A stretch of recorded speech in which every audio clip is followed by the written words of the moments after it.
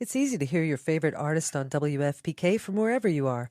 Listen on your smart speaker, live stream from our website at WFPK.org from Louisville Public Media.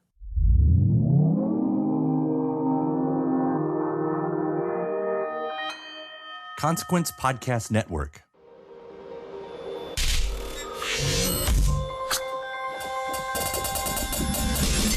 And welcome to another edition of Kyle Meredith with. It's the interview series presented by WFPK at WFPK.org. Consequence and the Consequence Podcast Network.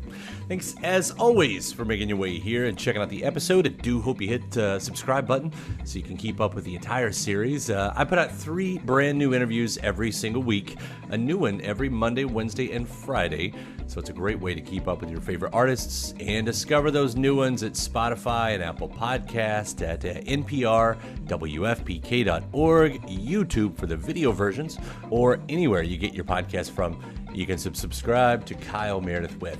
Some of my recent guests have included Susan Tedeschi, Josh Radnor, you know him from How I Met Your Mother and Fleischman is in Trouble, Kristen Hirsch of Throwing Muses. I had the band Laney, the creator of the show Physical on Apple TV Plus, as well as the producers of The Morning Show. Talked with The Breeders, Baroness, Corey Taylor of Slipknot, the director behind Expendables 4, Michael C. Hall of Dexter, and 6 Feet Under fame with his band Princess Goes. We had Leve, Andy Taylor of Duran Duran, Rat Boys, Westlife, Tommy Stinson of The Replacements. Just an example of what you get when you subscribe to the Kyle Meredith with podcast. And that's me, Kyle Meredith, today talking once again with Duff McKagan. You know Duff from plenty of things, including as the bassist in Guns N' Roses.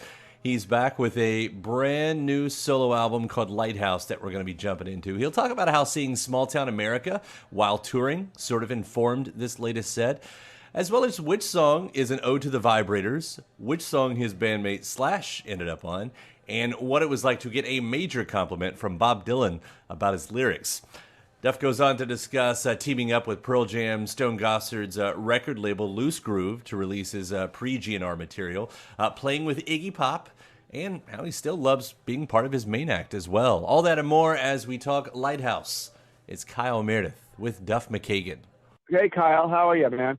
It's good to speak to you again. I'm on a tour bus. I'm going to caveat is I'm on a tour bus traveling through, I believe I'm still in Kentucky, but hopefully our self-service.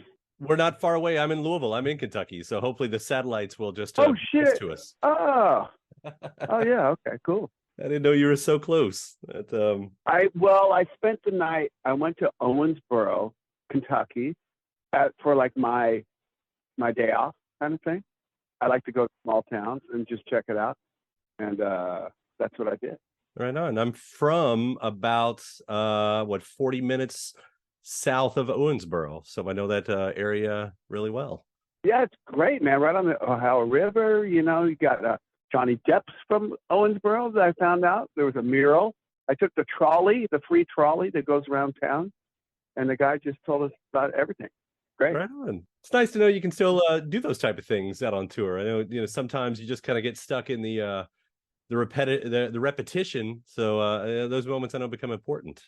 You know, we talk about some of the subject matters of the songs. It's kind of great lead in you ask that question because I traveled so much and for so long, and sometime in like the early 90s, I started to become an observationalist, you know, like almost like a cultural anthropologist. I go in places and I just kind of check it out. I read a lot of history. I read about places I go to, and I like to write about stuff like this. I wrote columns, and maybe one day I'll write like a cultural anthropology book, some sort of, travel log. But if I write songs about America, especially, I gotta be able to experience and get the full kind of breadth of what I'm writing about. And the only way to really do that is like stop in the towns, go to coffee shops, go to whatever, an antique store or whatever the fuck you're gonna do. Get on a trolley. So this is one of my little trips, and I really like doing it. So what is the America of this album, Lighthouse, versus maybe the America of Tenderness? Because Because both, of Yeah. course, there's so much heavy subject matter, but so much has happened in between. Yeah, I wonder. Well, I think in Lighthouse there's a sort of a rising above sort of thing, a little bit less of a fucking drag. You know, it's such a disappointment to me to see like I mean, I haven't watched cable news now for like 5 or 6 years, just because it's so disappointing to see that, you know, the selling of a divide. You know, and I'm 59. I've been in this country since the 60s. You know, my memories are of like Vietnam War, my earliest memories, and then coming through the 70s and 80s and 90s and 2000s, and then seeing this, you know, this divide, and like, and I travel so much, and I get out and do these things of like go be completely anonymous in a small town. People they don't know, you know, like who's this fucking guy? But I don't see that divide in real time, you know, and people are, you know, Kuala Lumpur or Little Rock, Arkansas, we have much more in common with each other by droves than what separates us, you know, and that's really true. And it's not just, I mean, maybe it's just me saying that. Maybe it's me being fucking positive, but I truly believe that from what I see, you know. I can walk into places with tattoos, or I might wear a long sleeve shirt, you know, if I'm in Kuala Lumpur. But people, you know, don't really give a fuck if you're just cool, you know. Don't be a dick, and everything's cool, you know. And that should be, you know, maybe I'll make a record one day. Don't be a dick. And rule number one, the golden rule. Don't be a dick. That's it. Yeah. But I think you're right, or at least I hope you're right, because my feeling is always that, you know, the people that we're hearing the loudest doesn't always represent everyone. That most people just, you know, they just want to live their life, and they just want to, like you said, they don't want to be a dick. They want to be cool, and they want everybody else to feel the same way. And it's interesting here you tell those stories on this record. Like my first thought was, this record feels like a plea, you know, and knowing that you're optimistic, it almost still feels like there's a part of it that's like you're saying, we can do this, I hope. That's very, very fucking accurate. And forgiveness, you know, that's a song, you know, a hopeful song of like, hey, we can put that shit behind us, you know, and forgive and forget, you know, and because I know that's not really our human nature to be this divided thing. And I don't spend, it might sound like I spend a lot of time, you know, meditating on the divide. I don't, because I do travel so much and I have such a better view of it, and have even during, you know, like, I guess before Trump coming in office and all that kind of like Tea Party stuff and all that. Like, whoa, who are these guys? You know, that's a little dangerous, you know, a little harkening back to the 1920s, you know, eugenics and, you know, the resurgence of the Klan, or, you know, well, to me, just being a historian guy myself, you know, a little weird. You guys are being weird. You guys are being fucking weird. Stop. You know? You guys are being weird. Stop being weird. Yeah, stop being weird. Just fucking stop, guys. Come on. But yeah, it's a plea. It's like, you know, I think you're right, man. But I think, you know, if you listen to, it's possible, you know. And I finish a song like I mean, God on 10th Street's like funny fucking, you know. I really like pictured this. I had this riff and I had this melody.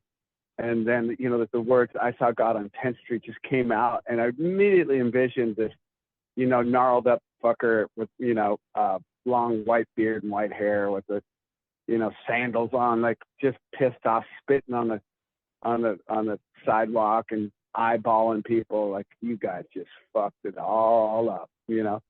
And it, you know, there's humor in all of this, and that song could have been written in 1995.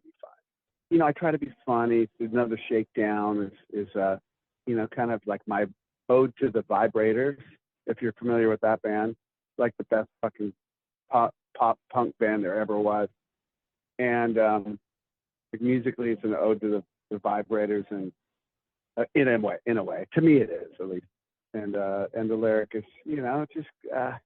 just another shakedown, man. Like, I think open up your eyes and see, we're in this together. Don't let the man, it's just that old thing. Don't let the man get you, bring you down. And we'll be right back right after this.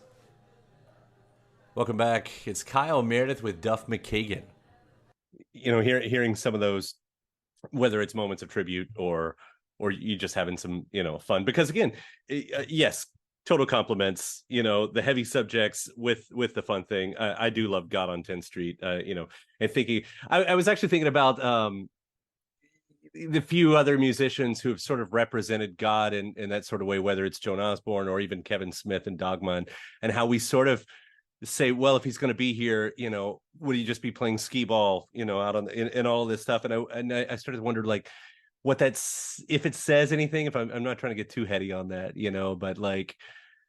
but what I think what our relationship is with whatever the higher power is, right? And all that we're dealt with down here, that it must be some kind of joke to someone somewhere. I think that's what I'm getting at. It's got to be, right? And there's something to be said about all that, because we were born, on this as we developed into humans. I'm sure Neanderthals, and before that there was humor. There was pranks and jokes and shit. So it's a great point. Further on down the album here, Long Feather. That's another great moment. Yeah. I'm pulling this out of nowhere, but as we were talking about tributes, I heard Andrew Wood in that song, and I didn't mean to. Oh. Andy Wood, Mother Love Bone is not something, fan. Yeah, I know. I knew Andrew. Yeah, it wasn't something I was thinking of, but there it was. For whatever reason, it was in there. And anyway, I would love to know where that song came from anyway, because I do love that one. Yeah. Well, okay. So, I had so many songs, and I've recorded so many songs. This group of 10 songs that I put out for Lighthouse was just for me, kind of a arc of a story that I'm old school. I like to listen to a record from beginning to end, and if there's an arc of a story, not like a concept record necessarily, but highs and lows and lifts and all of that. And I thought with Lighthouse, the song just started out like that. That's like at its root, it's a love song to my wife, but in a kind of a greater scheme, and I try to write lyrics on a couple levels. It's like, a beacon of hope, and you strive and you struggle and to get there, but it's there. It's off in the distance. You can see it, and you will get there. And at the end, just don't know. It's like a pondering of what's next, what's out there, and in between, there's like, I put Hope in there, which is an old song of mine. I got my master's back for these songs I did in '96, and the lyric still stands and it fits this record. And so I re-sang that lyric and put the song on there. It's got Slash and Abe Laboriel. It's really, cool, fine for me. And it really fits the record, and it helps the arc of the story to me, Long Feather was this song in there.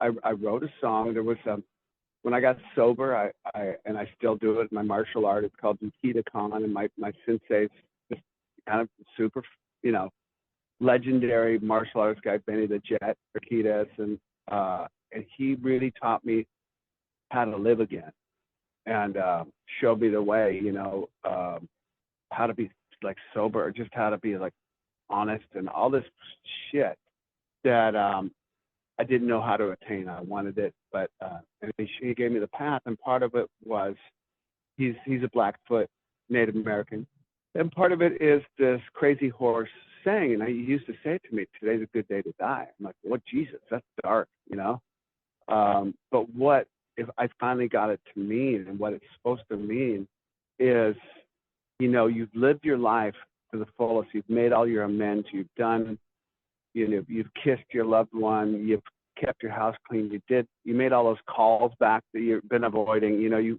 So if it's today, it's a good day because I have a clean slate, and it's not about dying. It's really more about how you live, and that's what I didn't get. Today's a good day to die. What? So I put that in this song about. Really, it's about Crazy Horse and Manifest Destiny and Custer and all that stuff. If you're a historian, you might recognize all that. And maybe if you're not even a historian, maybe you recognize that. But Today's a Good Day to Die is really more about living and Longfeather and how he lived. And it gives me spirit and gives me the spirit to write these songs and maybe have that hope of like forgiveness and those types of songs, maybe that thing when I got sober and the martial arts and I know it gave me a lot of like, dude, you shouldn't even be here, man. You're an extra innings, fucking seize the day, do it. And I still kind of feel like that every day, and it's a great. I live it, I guess, in gratefulness. Not to sound too corny, but it's true. No. And that is what I love about your songwriting, because there's that duality that goes on there, the history, the humor, and those moments, those personal moments for yourself. And I don't know how much pressure you put. Like I'll go ahead and throw the bait out there for this one. You're an artist who is complimented by one of the greatest lyricists of all time, with Bob Dylan, who calls you out personally as, of a song and a lyricist. Does that put more pressure on you? Yeah, well, I mean, when that thing happened, that was crazy to me. I mean, I started getting like texts from like people like you, Kyle, like writer friends I know on the East Coast and in London, like early in the morning. I was like, hey, did you see the article in the Wall Street Journal? I'm like, what? I was sending links to it, and I was like, Jesus Christ, I didn't know this. That's amazing. And I didn't put pressure. I mean, I was well into this record. So I wrote. My point is, I wrote a lot of the lyrics before that came. No, I would imagine for me, getting that kind of props from somebody like Bob fucking Dylan just makes me maybe sharpen my pencil a little more. Yeah, maybe so. I've been careful, especially since Tenderness. I kind of turned a corner in my lyric writing, being super careful, hey, that's not good enough.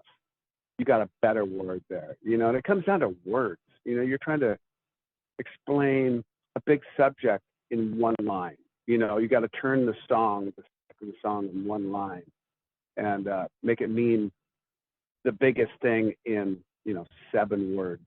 How the fuck do you do that? And it's a really I read a lot of good authors, and Cormac McCarthy's the one especially who's kind of taught me the most of how to make a thing turn with economy of words. I'll never be Cormac McCarthy saying that, but you read enough of good authors like that, it's going to rub off a little bit, and you're not going to use that stupid word like, love is not a stupid word, but it gets used too much. So there's other ways to express that feeling, or hate or whatever.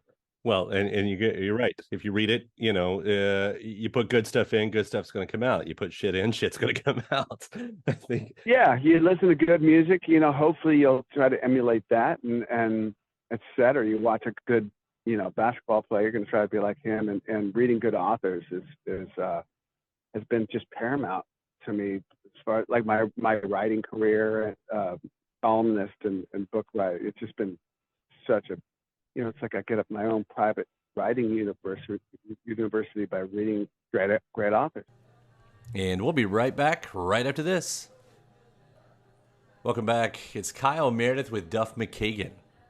On the music side, I don't know how it worked out on the timeline, but maybe while you were writing this or whatever point in the album you also teamed up with Stone and Gossard over at Loosegroove to put out some of the early stuff.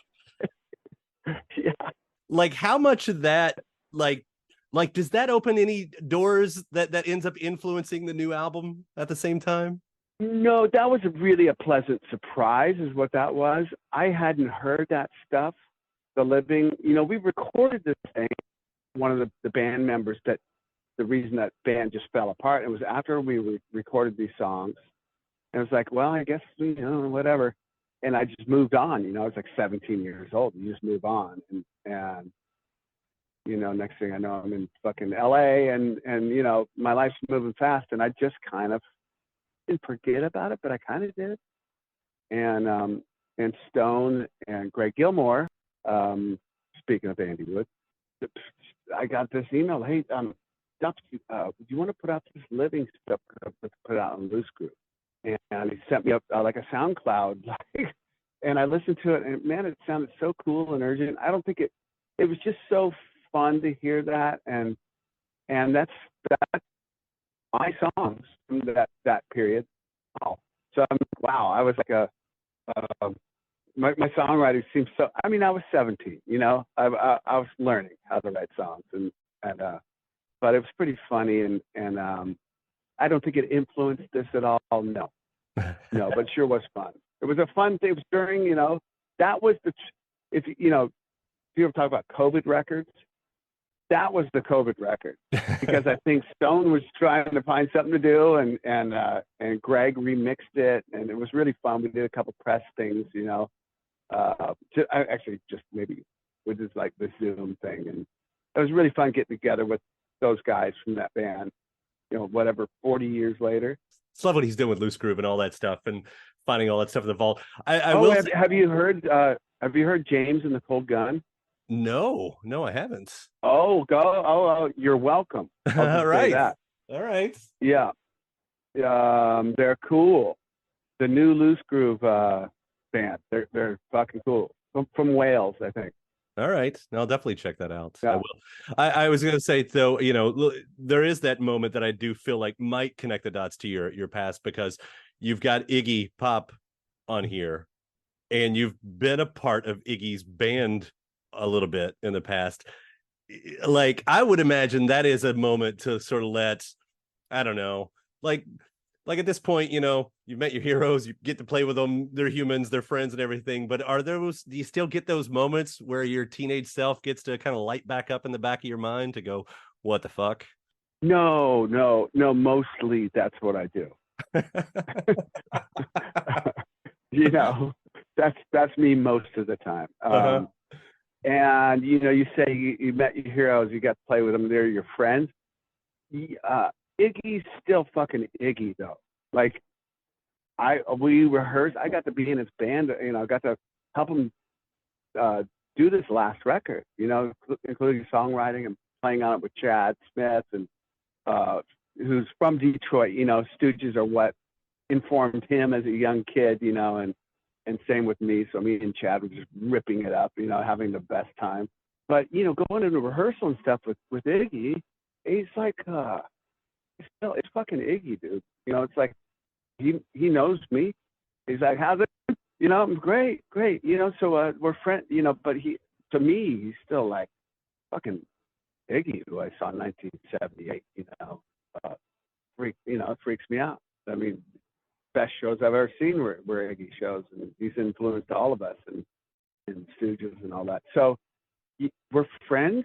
But for him to be on my record, to kind of offer it up, like, hey, he didn't say it to me, he said it to his manager, Henry King, line manager, which was even cooler, because I don't know if he would have approached me, what I would have said. I don't know, dude. Sure. I would have been an idiot, but and we just got these, like, he gave us like 3 or 4 different versions of him reading my lyrics, man.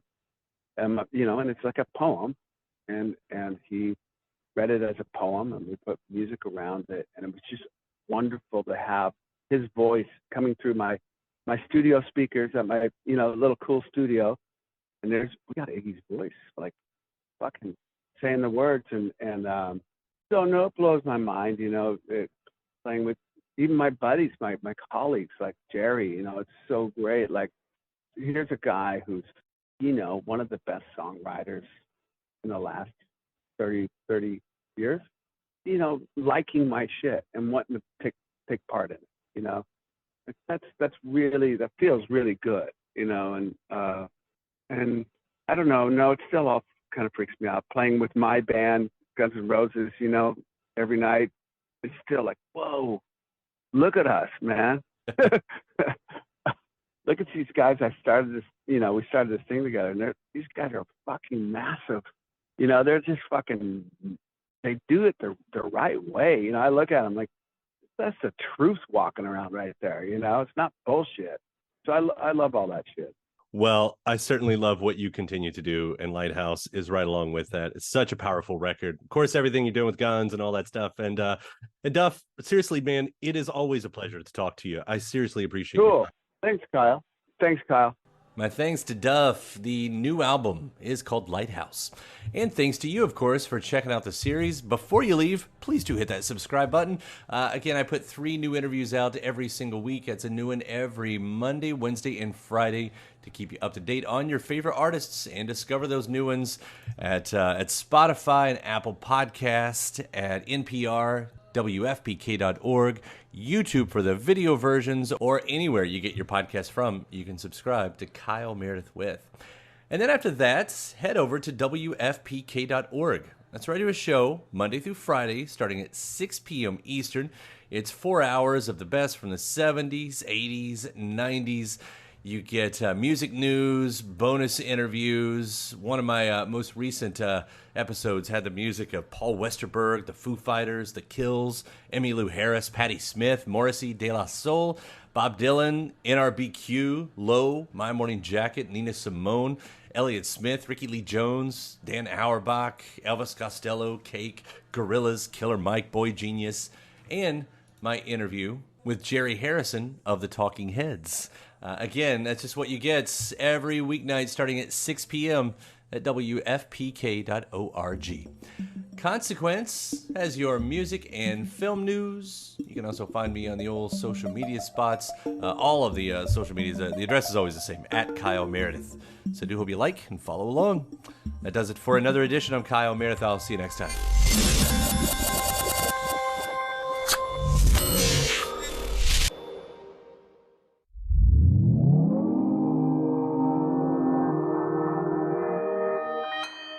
Consequence Podcast Network. It's easy to hear your favorite artist on WFPK from wherever you are. Listen on your smart speaker, live stream from our website at WFPK.org, from Louisville Public Media.